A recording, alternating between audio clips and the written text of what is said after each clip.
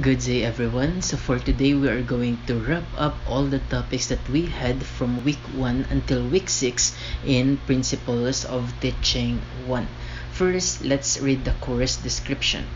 The course introduces prospective teachers the nature of teaching. It deals specifically with the useful principles, methods, and related processes involved in instructional planning and demonstration teaching. Now, have you ever dreamt to be a teacher? Do you have plans to teach in the future? Why did you take CTE or Certificate in Teacher Education? Why have you chosen education as your course or second course? What are your expectations to teachers? Why did they say that teaching is a noblest profession? Teaching profession has been established to be not just a job, but a calling, a mission, and a form of great service.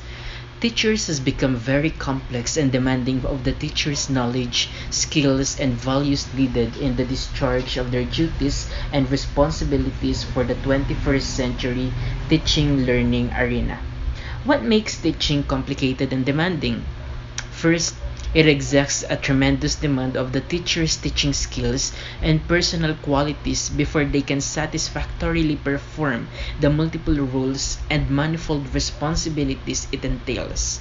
Second, a more important rule that teaching evokes is that the unwavering commitment and loyalty to the profession itself. Third, the adherence to the ethical and moral standards is elicited through the Code of Ethics for Professional Teachers. Fourth, an impeccable integrity, honesty, and sincerity it brings forth make them worthy of emulation by the students, co-workers, and other professionals. And lastly, you are changing the lives of your students. You are developing them holistically, not just in cognitive aspect, but also in psychomotor as well as affective. What appears in this part reflects one's desire to elevate unceasingly the teaching profession in its rightful place, the noblest of all professions. Teaching can be regarded in three ways: profession, mission, and vocation. Teaching as a profession. Teaching is universally accepted as a profession. It is a noble profession. The term profession commonly referred to one's occupation, job, or specialty. It has defined goals, and from its performance, one derives self-fulfillment.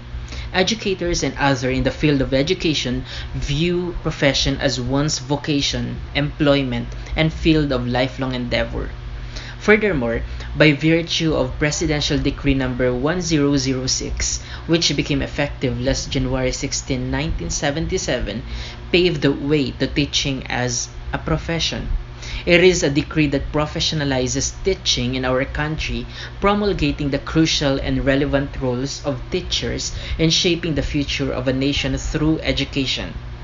Alongside with the aforementioned decree is the Philippine Teachers Professionalization Act of 1994, or Republic Act number 7836, which strengthens the regulation and supervision of the practice of teaching in the Philippines, and thus prescribes all graduates of education courses to take board licensure examination for professional teachers. Other reasons are the following: you must be willing to go through a period of long preparation.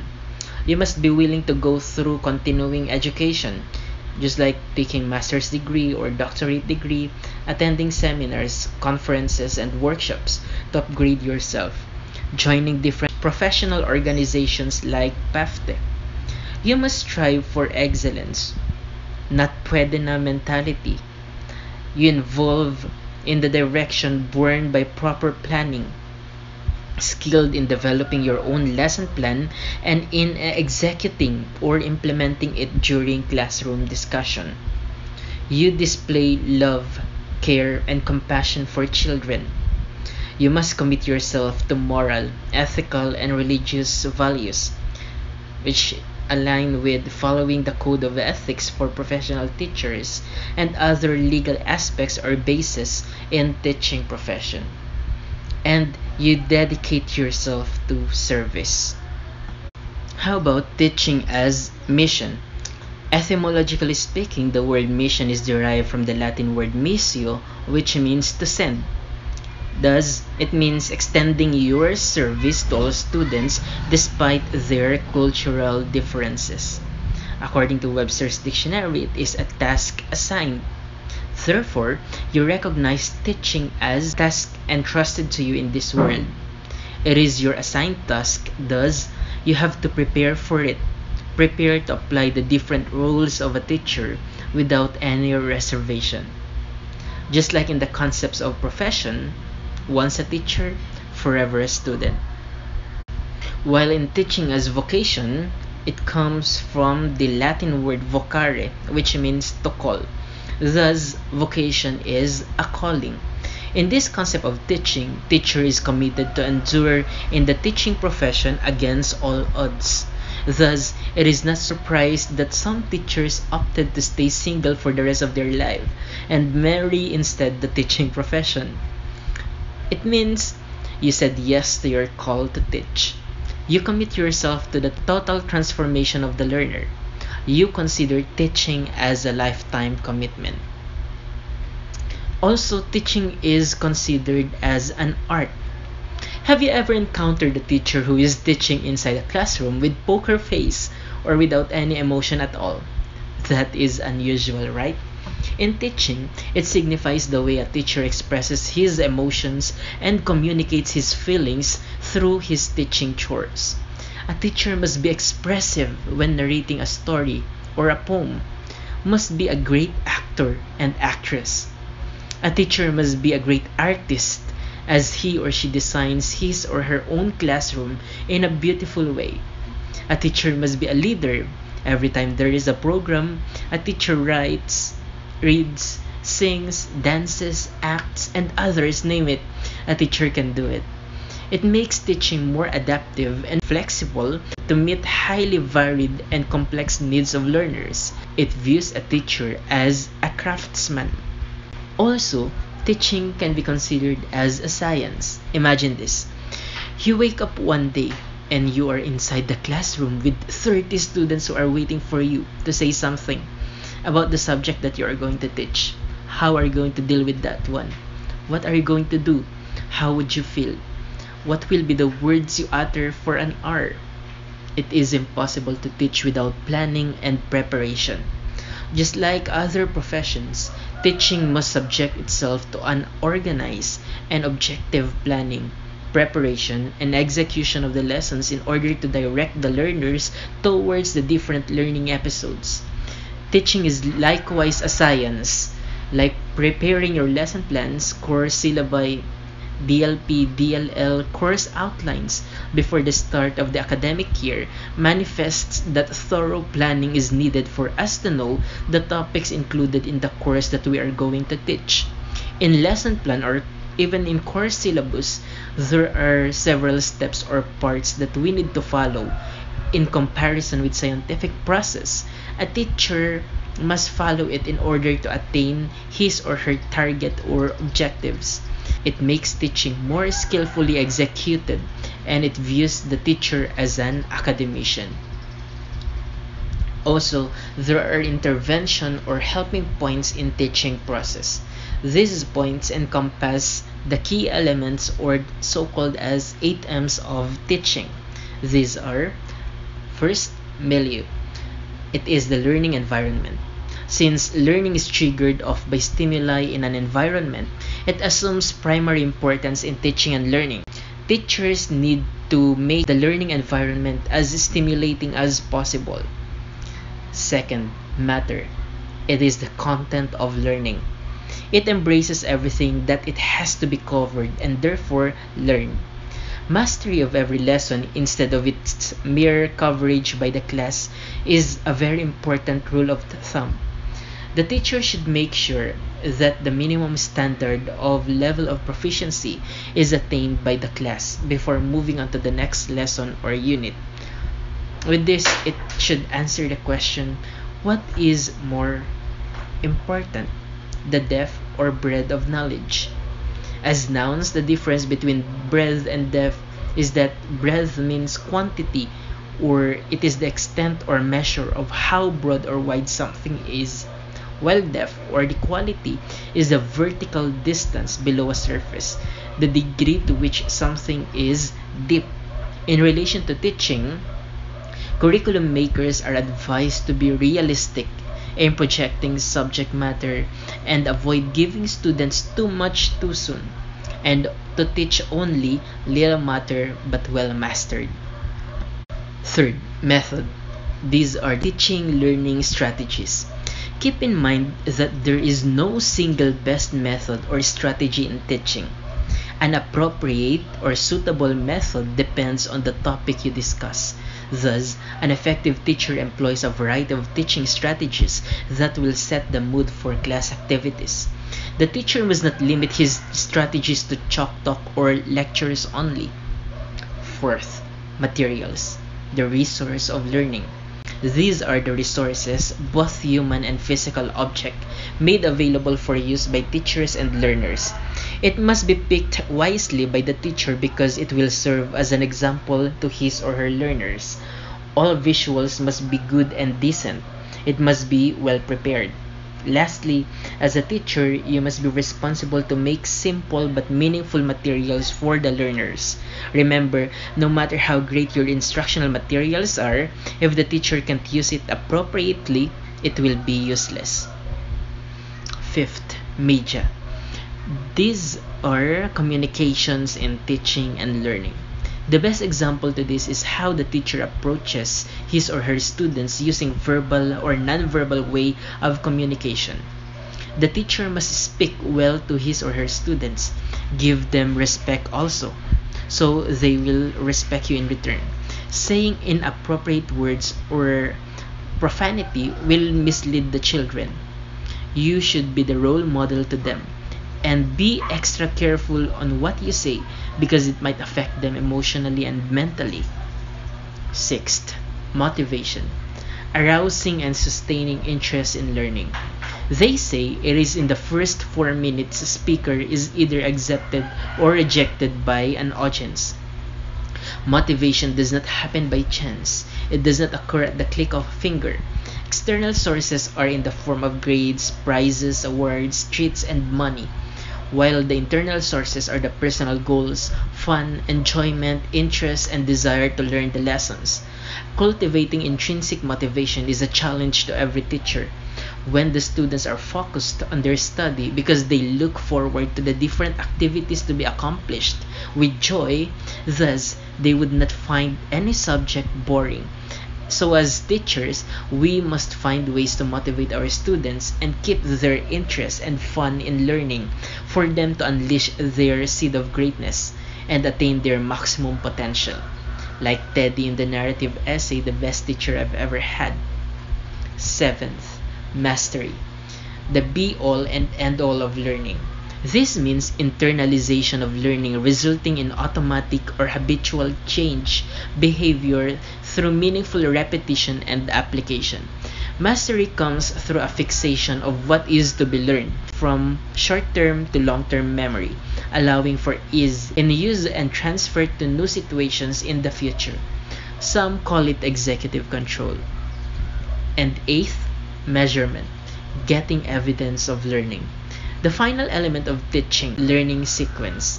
This is to measure the learning retained in the mind of the learners, and in order to measure it, they will undergo tests, which will yield evidence in form of test score. In preparing for teaching, the teacher should take all of these elements into consideration. Here are the different components of teaching by Acero 2000. First is the teacher. The term teacher is not new to you or even to us. You always see them in flesh and in blood inside and outside your classroom. You have many ideas of who and what a teacher is. It is very evident because of your outputs from week 1 to week 5. Just imagine a scenario of a school aspiring to be a quality one but lacks quality teachers. A school may have its best facilities and resources, but without good teachers, it may not possibly sustain itself. Teachers play vital roles in the lives of the students in their classrooms. Teachers are best known for the role of educating the students that are placed in their care. Beyond that, teachers serve many other roles in the classroom. Teachers set the tone of their classrooms, build a warm environment, mentor and nurture students, become role models, and listen and look for signs of troubles.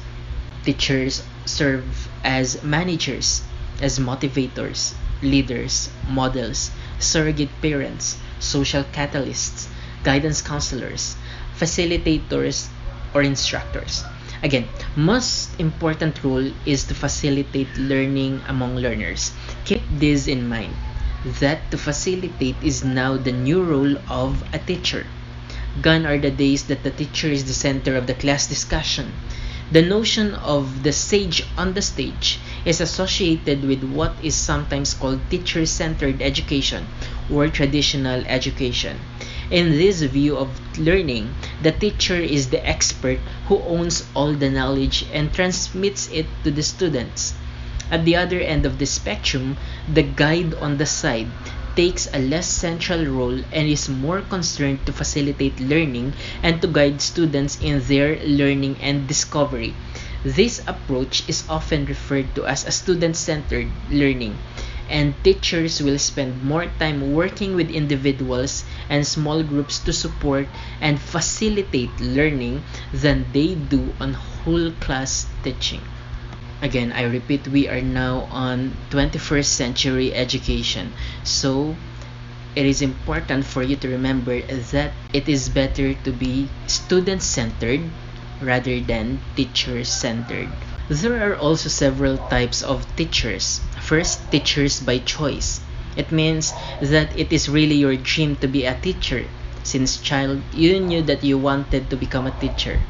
Second, teachers by force. You might be forced by your family members because of some reasons like all of them are teachers. Third, teachers by chance. You already have a degree and a stable job. By chance, you saw somewhere like in advertisement that they need a teacher. So you grabbed the opportunity and earned teaching units. Fourth, teachers by accident. Example, you are already working in an institution as a guidance counselor. Then, an unfortunate thing happened to your colleague. And since they badly need someone to teach values education subject in your school, so they thought about you. There are also several responsibilities of a teacher. A productive learning experience occurs when students work with teachers who give clear and precise presentation, use different approaches in teaching and learning, and stays on tasks toward completion and efficiency.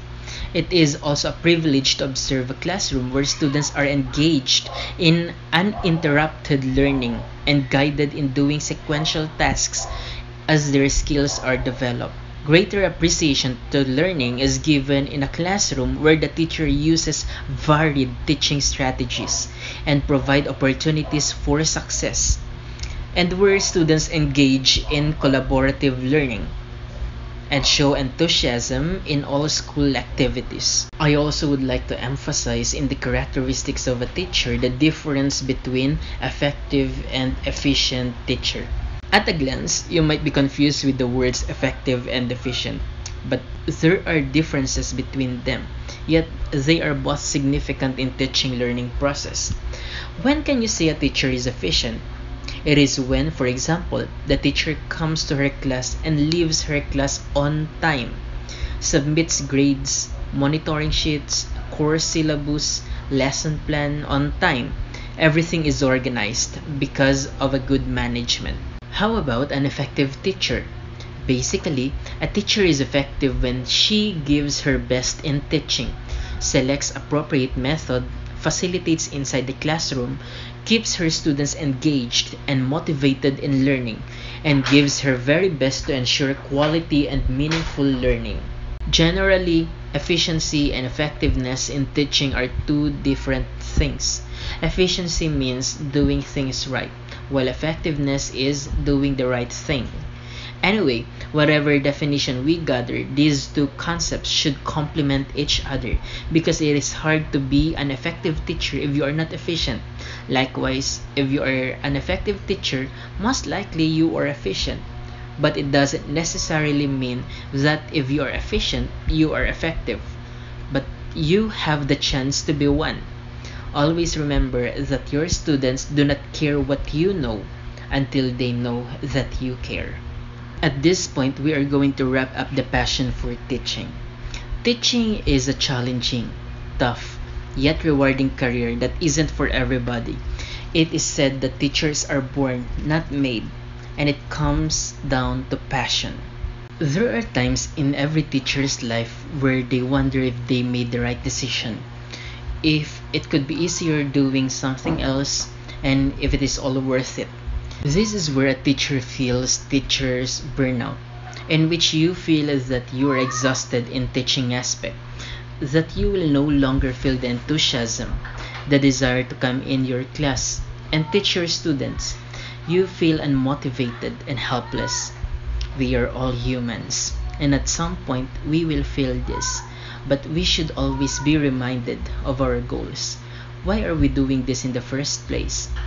Then, it is time for you to think back to all of the times where your student finally solved a problem, or when your former student approached you and thanking you for being such a wonderful teacher. If you felt yourself losing a spark and are struggling to maintain passion, try to break routine and take creative risks. Maintaining your passion might be challenging, but if you work hard at it, you will be rewarded in the future. There might be several reasons why teachers continue teaching while others leave teaching as stated on your module, but it is always the passion burning in our hearts that keeps us alive. One of the most valued elements of the educative process is the learner. Every teacher must remember that the young learners of today will be our leaders in this shrinking global community. Hence, there is a need to direct these future leaders to function conscientiously and successfully in our diverse and multicultural world. The most commendable way of doing this is to understand and value the uniqueness of learners in their view of the world, their learning styles, and preferences for processing facts and information. Teachers who are committed to respect the diversity of learners need to be aware of how they perform in order to achieve the holistic development of the students. There is no doubt that students differ. This is the reality that every teacher should confront with. To address this reality is to strive conscientiously to treat students differently. Learners' needs vary, sometimes in a very dramatic way. This is evident in the students' responses to the different current issues addressed to them. Some would be so aggressive and committed, while others would just shrug their shoulders and keep quiet. In this kind of atmosphere, a teacher could not just disregard the differences. Indeed, a highly effective teacher would try his or her best to increase the disparity of similarities and differences, which is a powerful tool to promote cultural tolerance and unity in diversity. Learners are equipped with the following elements: ability, aptitude, interests, background, and attitudes. Teachers must be reminded that no two individuals are exactly alike. Therefore, we must not see our students with the same ability because they don't. In relation with Howard Gardner's multiple intelligences, everyone has its own intelligence. Some may be in kinesthetic, others may be in nature, in public speaking, in arts, in sports, in language, and others. That is why it is very important to use varied strategies in teaching to cater all the needs of our students. The classroom is the place where formal learning occurs. It is a place that can offer a wholesome venue for learning activities, which can be realized only in the atmosphere conducive to both teaching and learning process. There are four factors to consider in the classroom. First, the physical environment. It includes the location, size, shape, construction of the room itself, furniture, instructional supplies, lighting, ventilation, cleanliness, orderliness, and provision of sanitation. Second, intellectual climate. This refers to the patterns of behavior, the interaction pattern, qualities of interaction, and attributes that help learners think clearly. Third, social climate. There are three types of social climate existing in the classroom. We have first, autocratic, in which teachers make all the decisions themselves. They do not consult their students or let them make decisions. Once the decision has been made, they impose it and expect obedience from them. Second, democratic. In this way, the teacher tends to be a business-like person. I repeat, business-like person, because there is an active role in the decision-making process and the teacher involves his students. Third, laissez-faire. It is a social climate wherein the teacher has a very little involvement in decision-making, mostly leaving everything up to the students. Next is emotional climate. This pertains to the emotional adjustment and mental health of the learners. Now let's discuss the principles of effective teaching and learning. Etymologically speaking, the word principles came from the Old French principe, from Latin principium, meaning beginning or foundation, from Greek princeps, meaning first. Many definitions are provided by the dictionary, but for education in particular, it refers to the fundamental practices in teaching and learning, which serves as guide for teachers to effect worthy learning outcomes.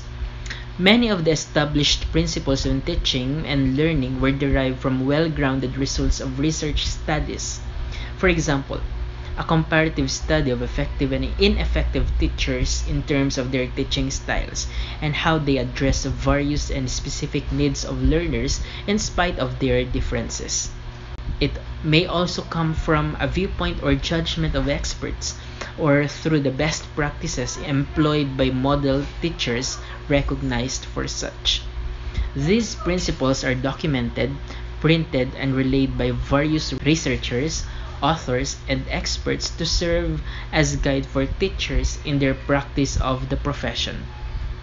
Hence, a teacher's belief in teaching, or his so-called teaching philosophy, should be guided by a well-established principle in education so that it will blend with what is expected of him as a teacher. A good blend in teaching philosophy with time-tested teaching principles will surely make a difference in students' life. For the principles of effective teaching, first, seize the moment. A teacher's goal must be, every time he or she teaches inside the classroom, the passion for teaching must be seen to him or her. Thus, he or she is making an effort to teach and let his or her students be actively involved in the learning process. Second, involve the students in planning. As stated in democratic climate, a teacher must be a business-like person.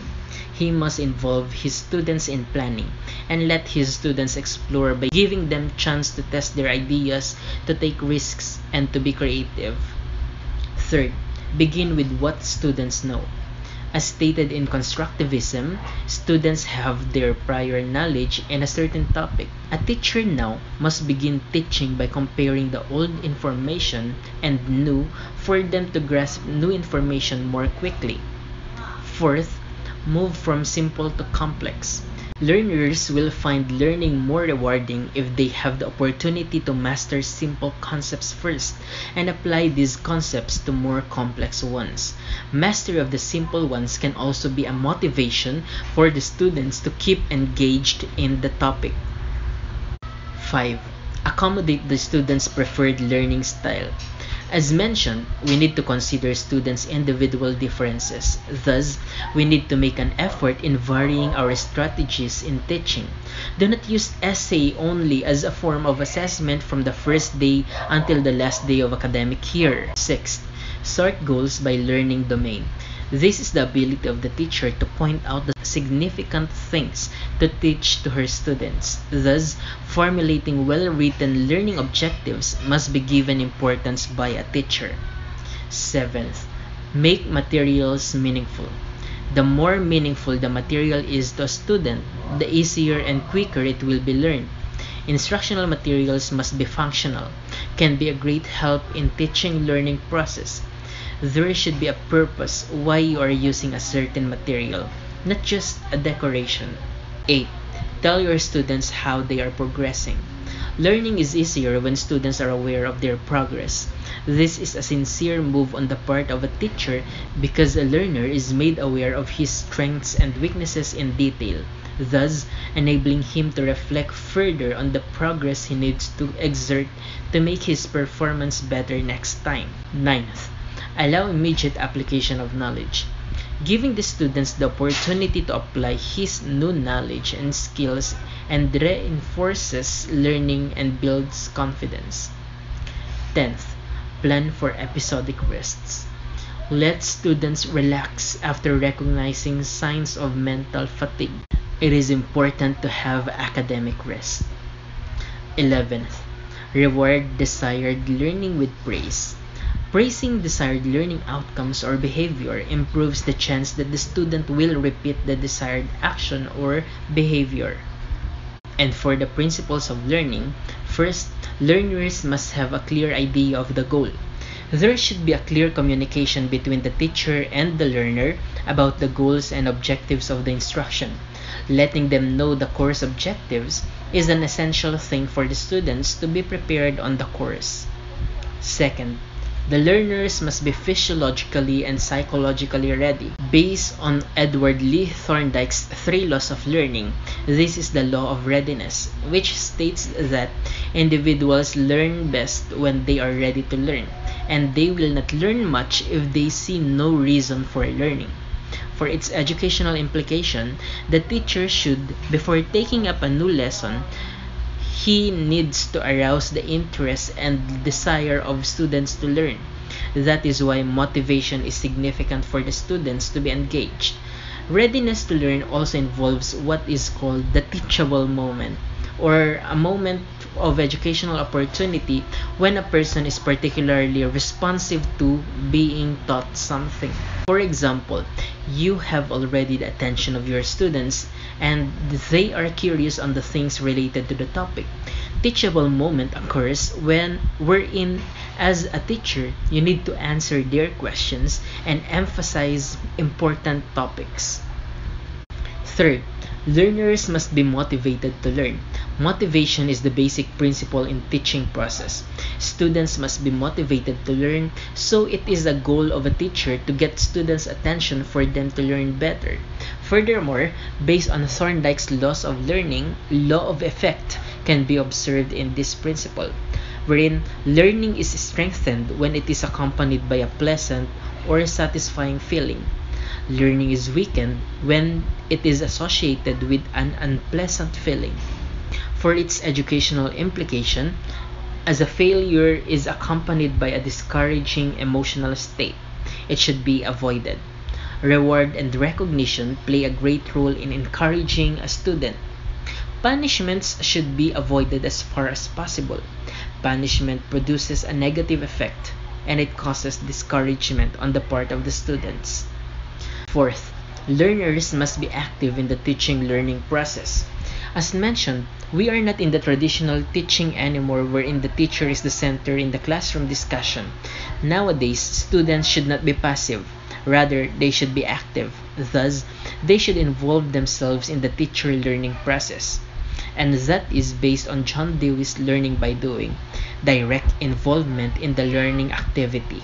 Fifth, learners should always repeat or practice what they have learned. Based on Edward Lee Thorndike's 3 laws of learning, the law of exercise adheres in this situation. Connections are strengthened with practice and weakened when practice is discontinued, which reflects the adage, use it or lose it. The learner needs to practice what has been learned in order to understand and remember learning. Practice strengthens the learning connection. Disuse weakens it. Exercise is most meaningful and effective when a skill is learned within the context of a real-world application. For its educational implication, the teacher should provide different opportunities for learners to practice or repeat the task.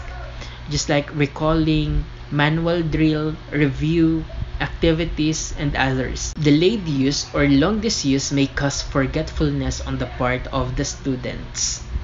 Sixth, learners must see and feel the significance of what they learned to real-life situations.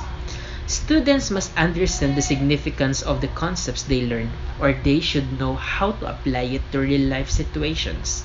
Seventh, learners have to be taught in different ways due to individual differences.